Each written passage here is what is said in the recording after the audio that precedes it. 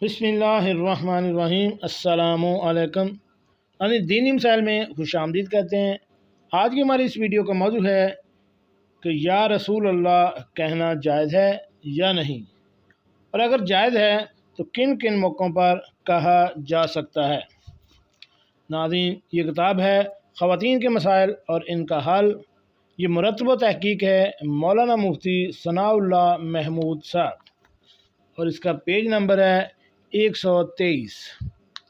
سوال یہ ہے کہ خلاصہ سوال یا رسول اللہ کہنا جائز ہے یا نہیں، تو اس کا جواب یہ ہے کہ اصل یہ ہے کہ یا رسول اللہ کہنا نہ تو قطعاً جائز ہے اور نہ مطلق ناجائز، بلکہ اس میں یہ تفصیل ہے کہ اگر کوئی شخص اس عقیدے سے یا رسول اللہ کہتا ہے کہ حضرت صلی اللہ علیہ وآلہ وسلم جہاں پر موجود ہیں یا ضرور میری آواز سنیں گے، تو یہ جائز نہیں بلکہ ایک نوع شرک ہے۔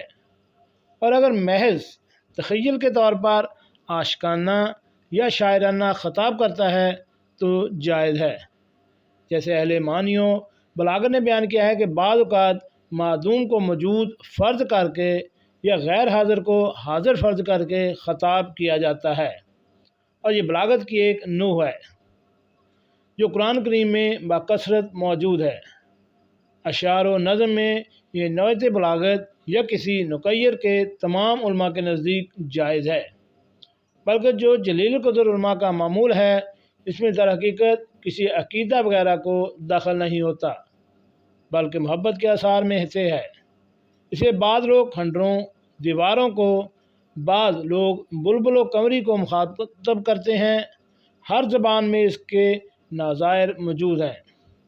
اس طرح محبانہ شوق میں اگر کوئی عقیدہ حاضر و ناظر کے بغیر خطاب کرے تو مذائقہ نہیں، البتہ یہ صحیح ہے کہ محض یا رسول اللہ کو وظیفہ بنا لے اور عبادت سمجھ کر اسی کو رٹا رہے تو یہ بدعت ہے اور بے معنی بھی، بخلاف یا اللہ کے نفس ذکر اس میں ذات عبادت ہے، جس صیغہ اور جس صورت میں بھی ہو۔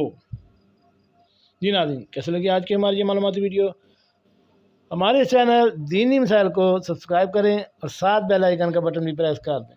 ملتے ہیں ایک نئی ویڈیو کے ساتھ۔ السلام علیکم۔